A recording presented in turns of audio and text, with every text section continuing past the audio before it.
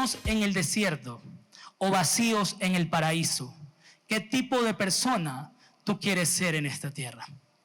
Lo que ocurre es que no se trata del entorno, no se trata de las compañías que tengamos, no se trata de las finanzas que tengamos, no se trata del apellido, los contactos o los recursos que podamos tener, sino realmente quién nosotros seamos por dentro. Cuando yo evidencie que soy una persona que va a permanecer firme, podrá venir el desierto más grande de mi vida, pero mientras yo esté lleno del Espíritu Santo, voy a permanecer y le voy a dar la gloria y la honra a Dios, a pesar de cualquier dolor adverso que esté atravesando. Amén.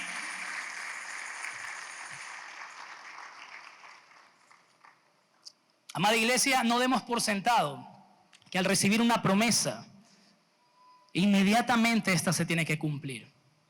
O inmediatamente vamos a tener comodidad, vamos a tener logro, vamos a tener esperanza, vamos a tener ganancias. No. La Biblia me demuestra en hombres de la Escritura, por ejemplo, un Abraham. Dios le prometió que él iba a ser bendecido a tal magnitud que también iba a dejar una gran herencia para sus herederos. Iba a ser el padre de la fe, pero Abraham tuvo que conocer el desierto. Y de hecho fue bendecido y prosperado en el desierto. Un José recibió una promesa a través de un sueño, ¿se acuerdan? Una túnica de colores. Pero José tuvo que, antes de volverse la mano derecha del faraón o el gobernador de Egipto, él primero tuvo que conocer y vestirse de la túnica de la injusticia, de la túnica de la esclavitud injusta que tuvo que atravesar por sus circunstancias adversas. Una María recibió la promesa del ángel Gabriel cuando se le presentó y le dijo: en tu vientre llevarás al Salvador de este mundo. Y probablemente ella pudo haber salido a jactarse o a decir: bueno, aquí en este vientre llevo al Salvador del mundo. Pero no, lo que ella tuvo que atravesar para llegar a esa tierra prometida fue vergüenza, fue rechazo, e inclusive le tocó huir para poder salvar su vida.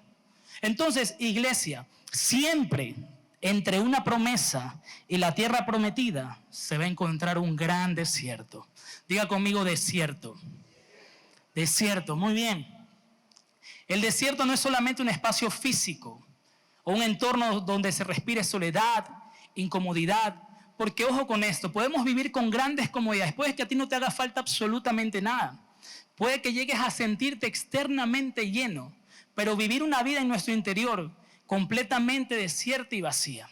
Por eso te hacía esta pregunta: ¿qué tipo de persona tú quieres llegar a ser?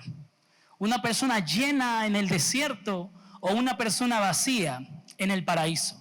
Hay desiertos, hay pruebas que Dios mismo provoca para probar nuestra fe, para ver de qué realmente estamos hechos. Pero ojo con esto, Dios no es que quiere provocar dolor en nuestra vida, pero hay desiertos que son causados como consecuencias y como efectos de nuestras malas decisiones, de nuestros pasados caminos que hoy tenemos que vivirlo. Yo te quiero hablar de 3 tipos de desiertos y que podamos ver los síntomas y que el Espíritu Santo durante esta enseñanza te pueda mostrar por qué desierto tú estás atravesando. Y el primero de ellos es el desierto de la vergüenza.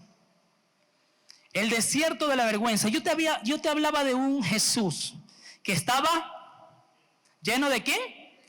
Y fue al... Ahora, veamos la comparación. Un Adán.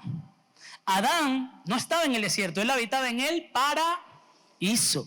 Es decir, lo tenía absolutamente todo. Pero eso no le garantizó a Adán que por tener externamente todo, su vida por dentro sería llena también, sino que él demostró ser una persona vacía en el paraíso.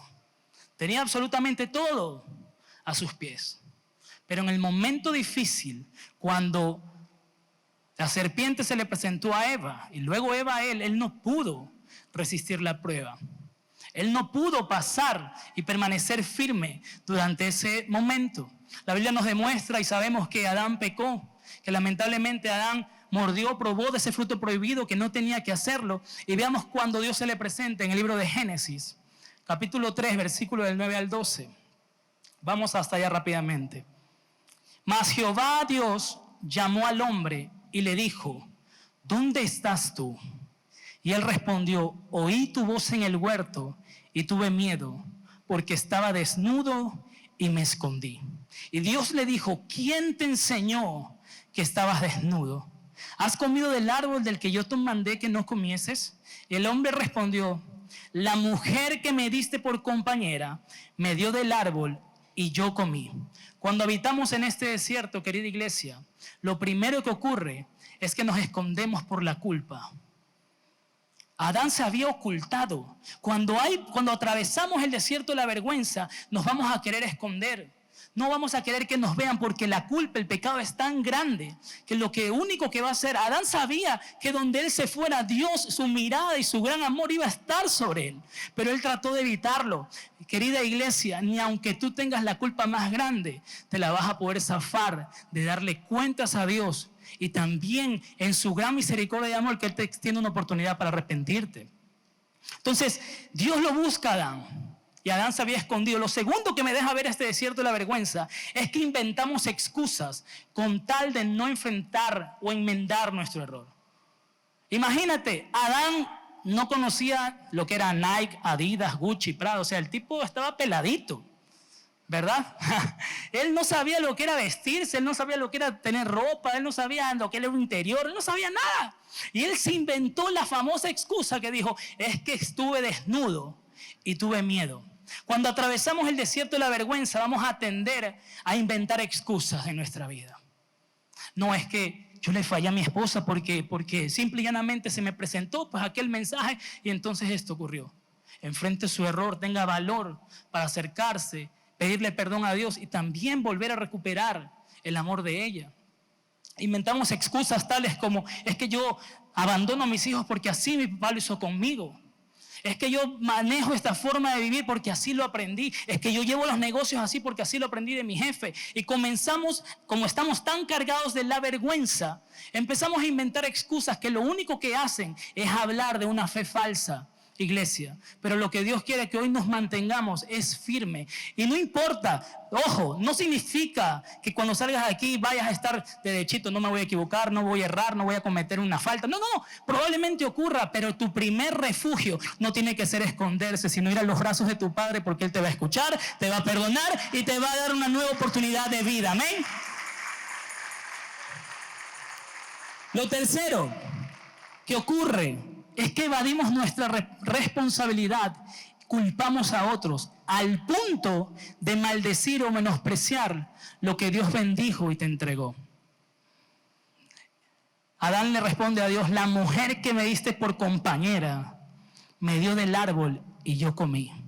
Dios lo estaba buscando a él, quería pedirle cuentas a él, se escondió, inventó una excusa y lo tercero que hizo fue lo que en algún momento él bendijo, porque el primer piropo de la Escritura, dice la Biblia que es carne de mi carne y huesos de mis huesos. Y en ese momento, esa mujer, la que Dios le había entregado, para Adán era una carga, para Adán era una vergüenza. Quiero decirte algo, iglesia, cuando te equivoques, no hagas partícipe a los tuyos, ni a tus hijos, ni a tu esposa, ni a tus empleados, ni a tu jefe, ni a tus ovejas. Si usted se equivoca, se levanta, se pone de pie y sale para adelante. Amén. No estemos menospreciando ni maldiciendo lo que Dios nos entregó por la vergüenza.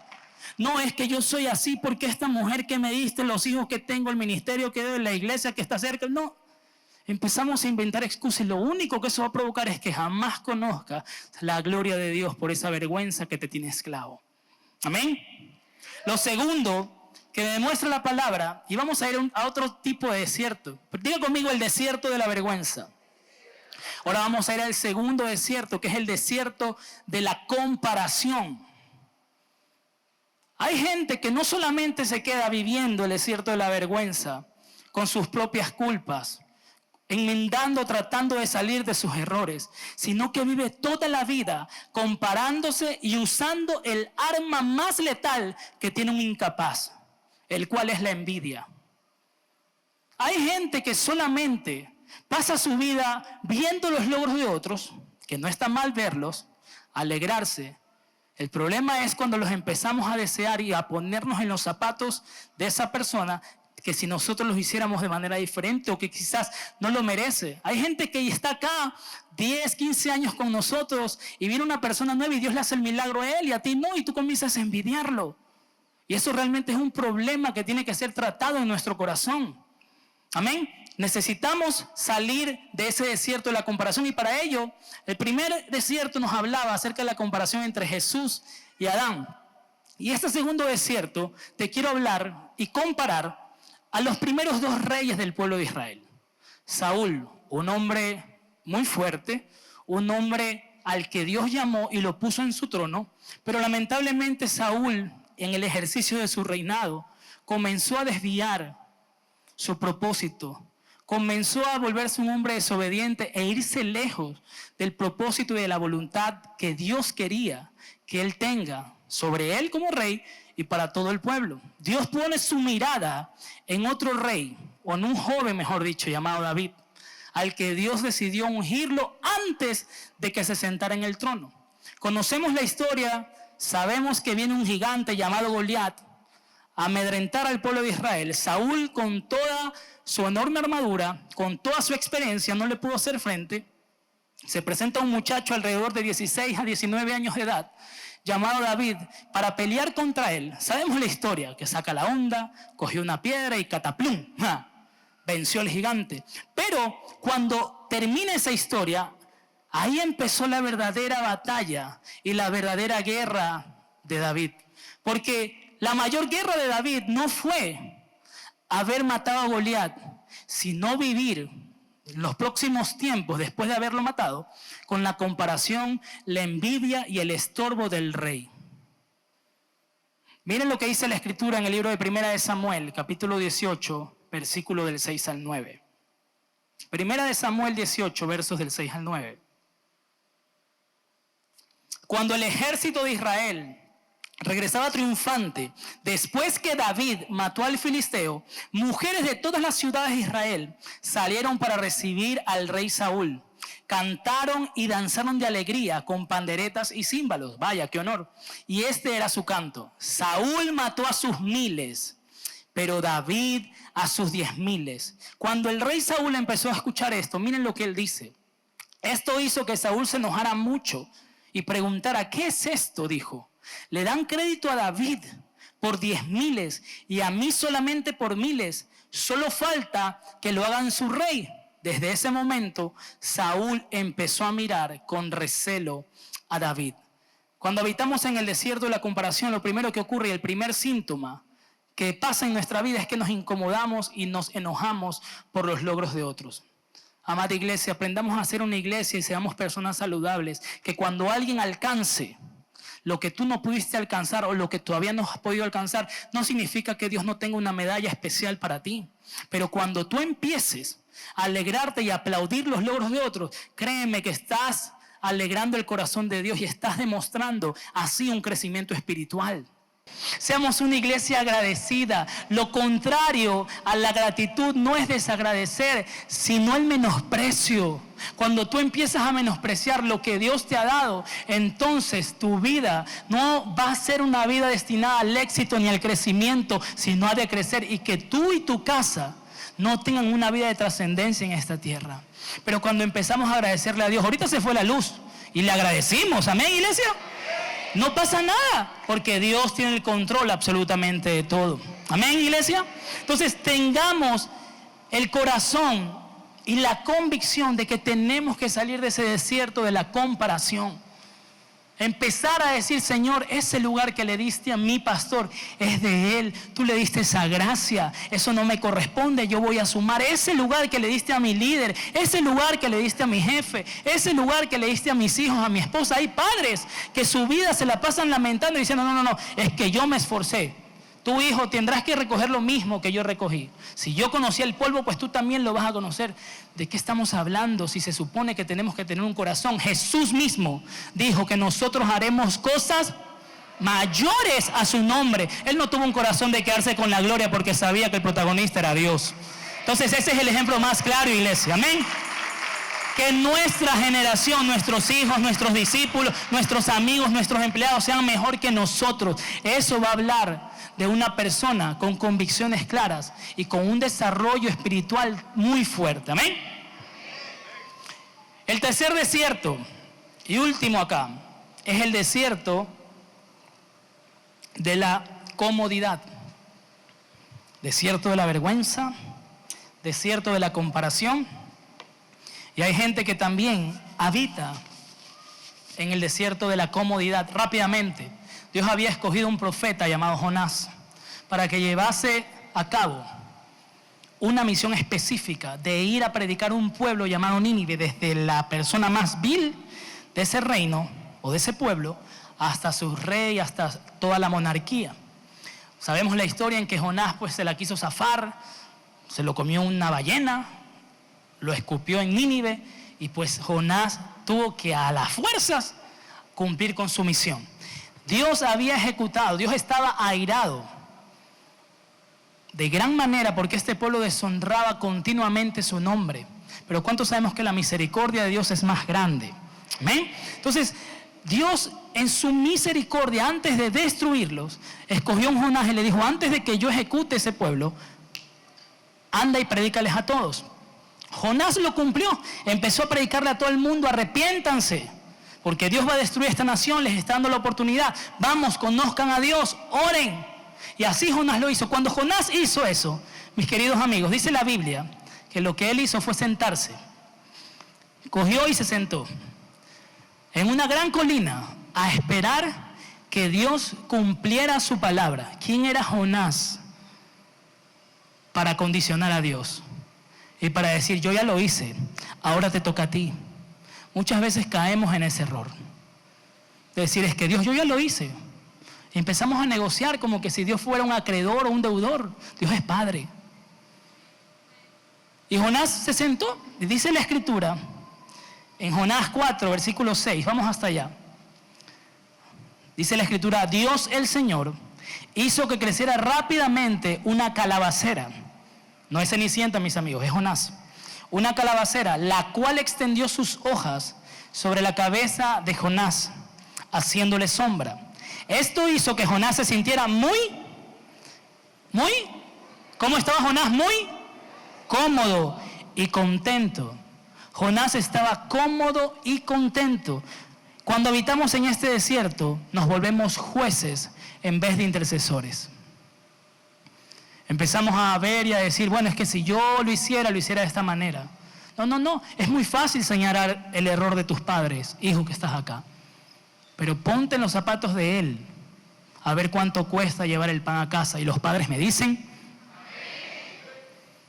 es muy fácil, papá, ponerse a juzgar a nuestros hijos y olvidarnos que en algún momento y probablemente hayamos sido peor, igual o quizás menos que ellos. Pero eso no nos da lugar a juzgar, al volvernos jueces, sino que tenemos que ser intercesores.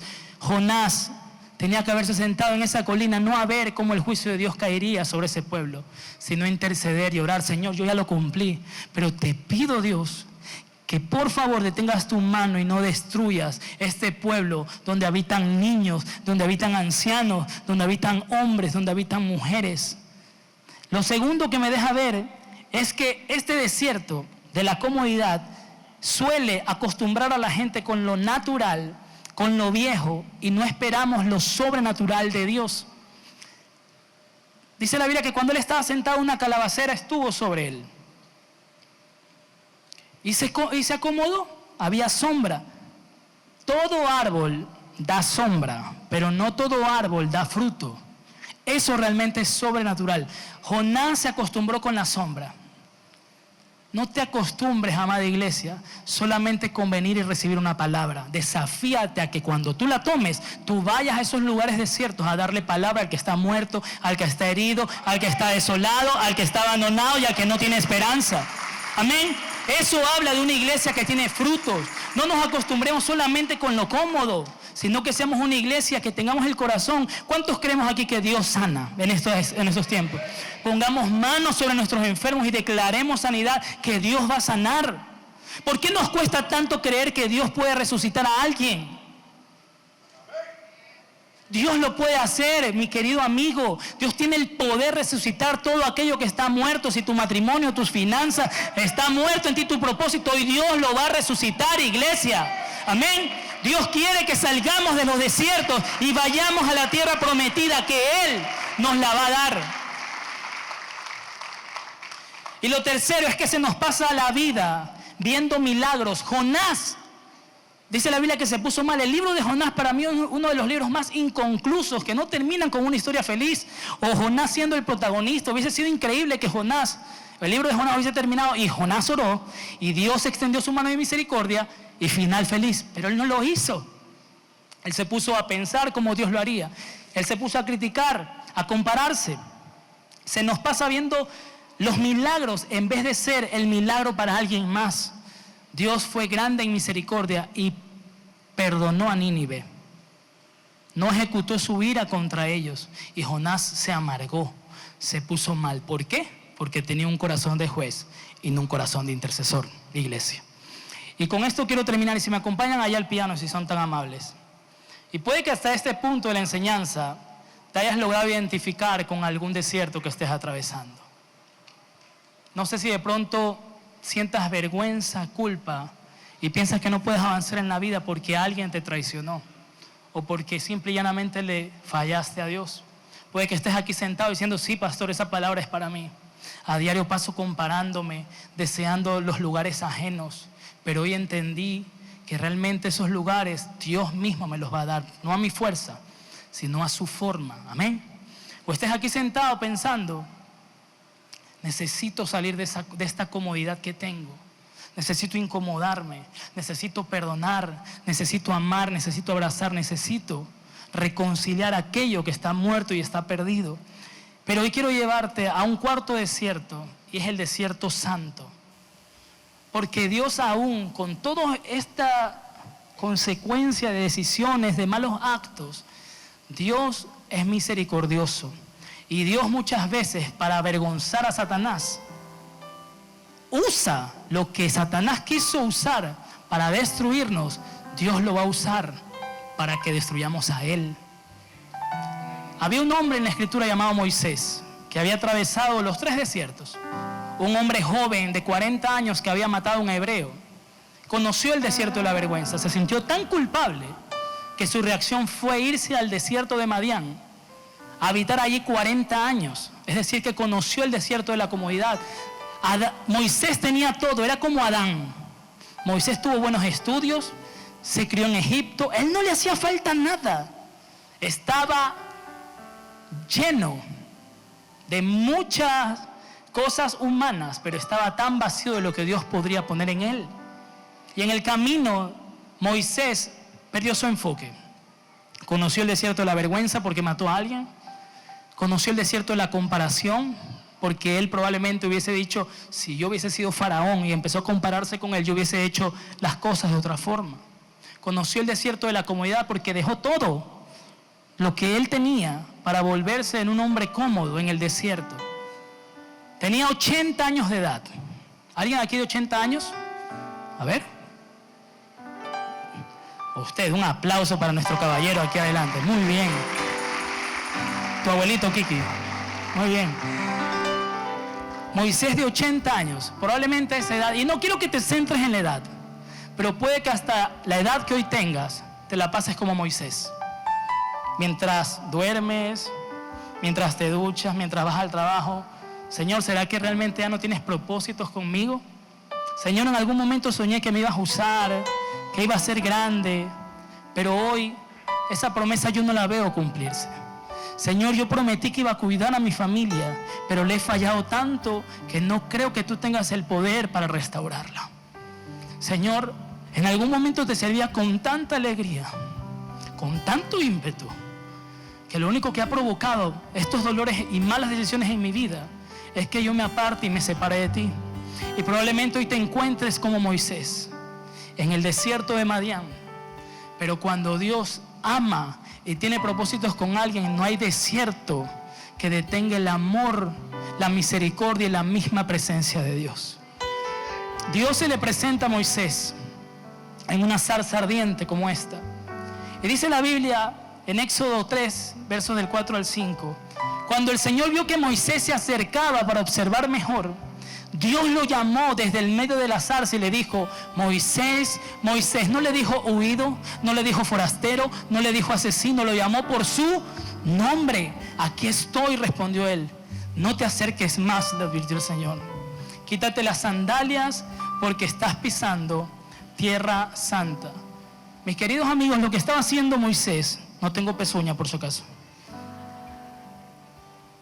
era quitarse las sandalias en medio de esta zarza. Dios lo primero que hizo fue llamar su atención.